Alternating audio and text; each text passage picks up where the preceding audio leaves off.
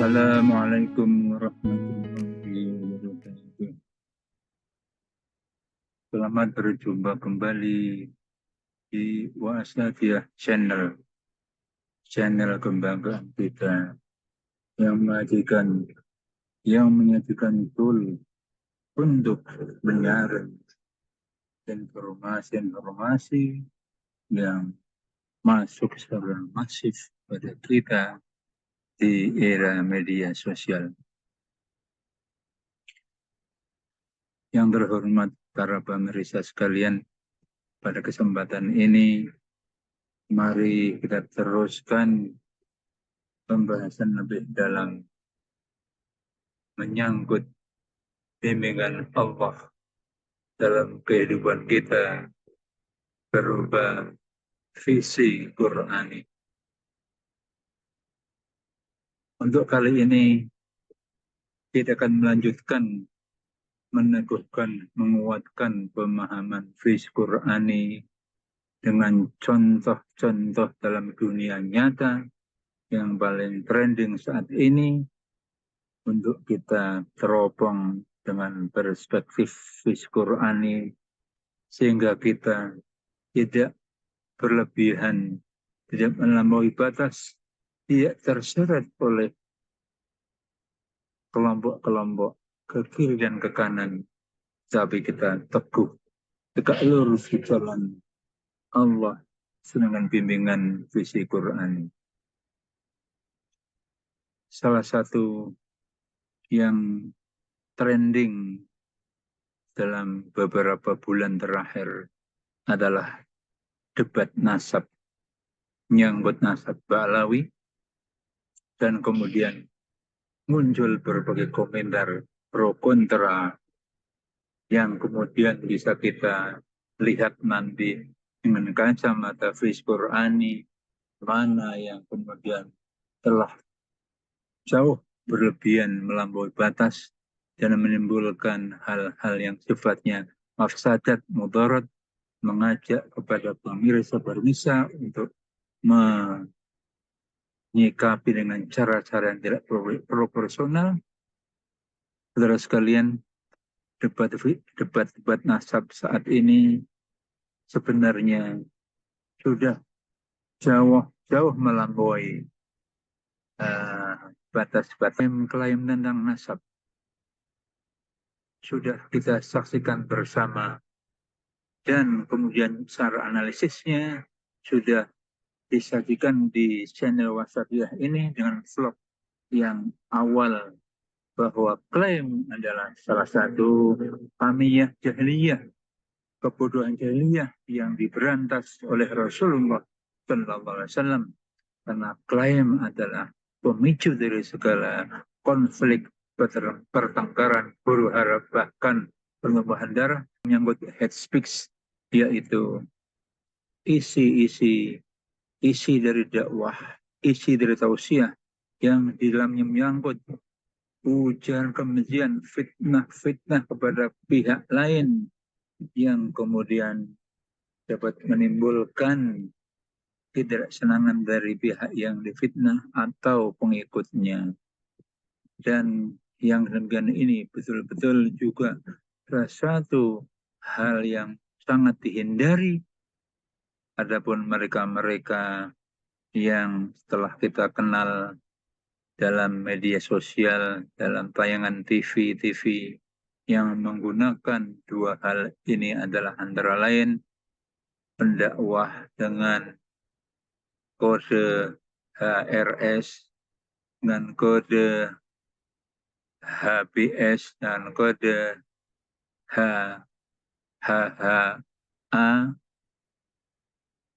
antara lain dimotori oleh tiga pendakwah ini yang selalu menggunakan klaim nasab,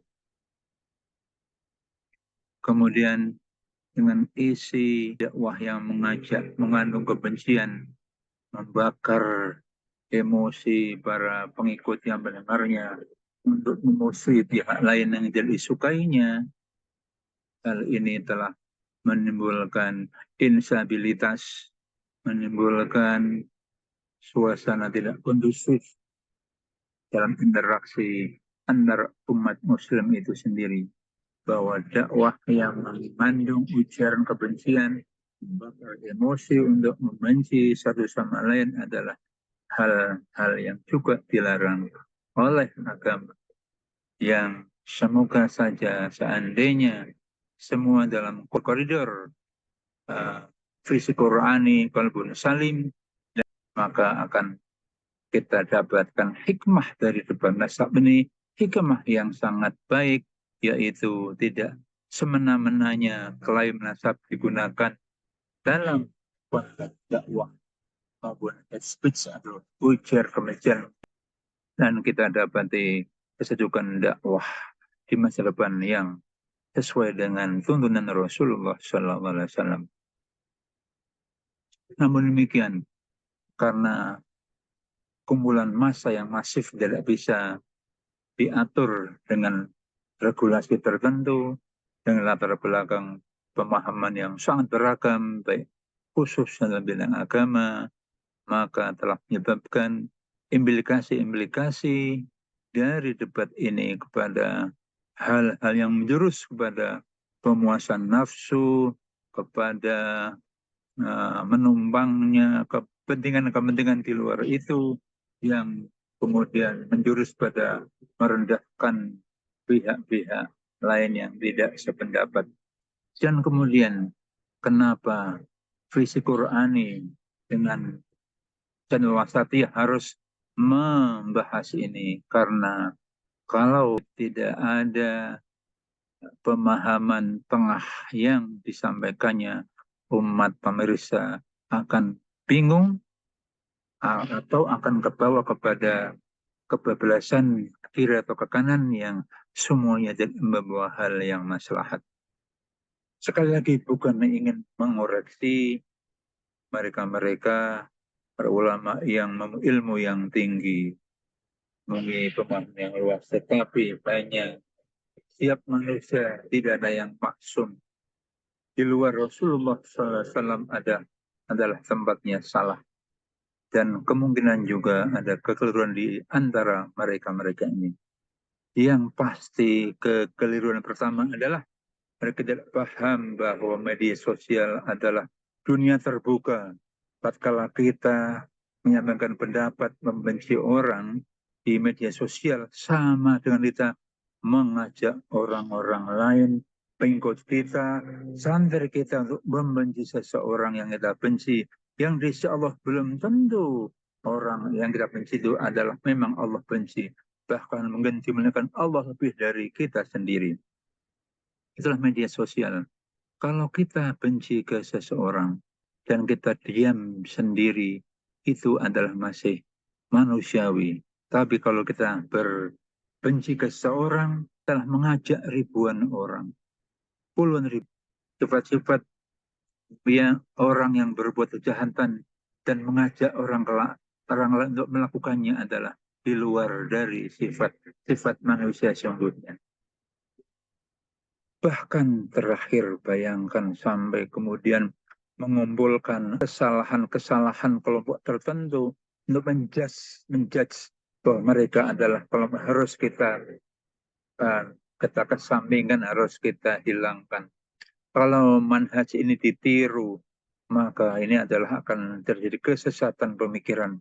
Bayangkan suku manapun, misalkan suku Jawa, dicari 100 orang berbuat kejahatan, pembunuh, yang perusak lingkungan, yang koruptor, yang membuat kejahatan keluarga, kejahatan lingkungan, dikumpulkan, disebutkan orang Jawa begini prototipnya, kita mustahkan Jawa, akan keliru, akan salah.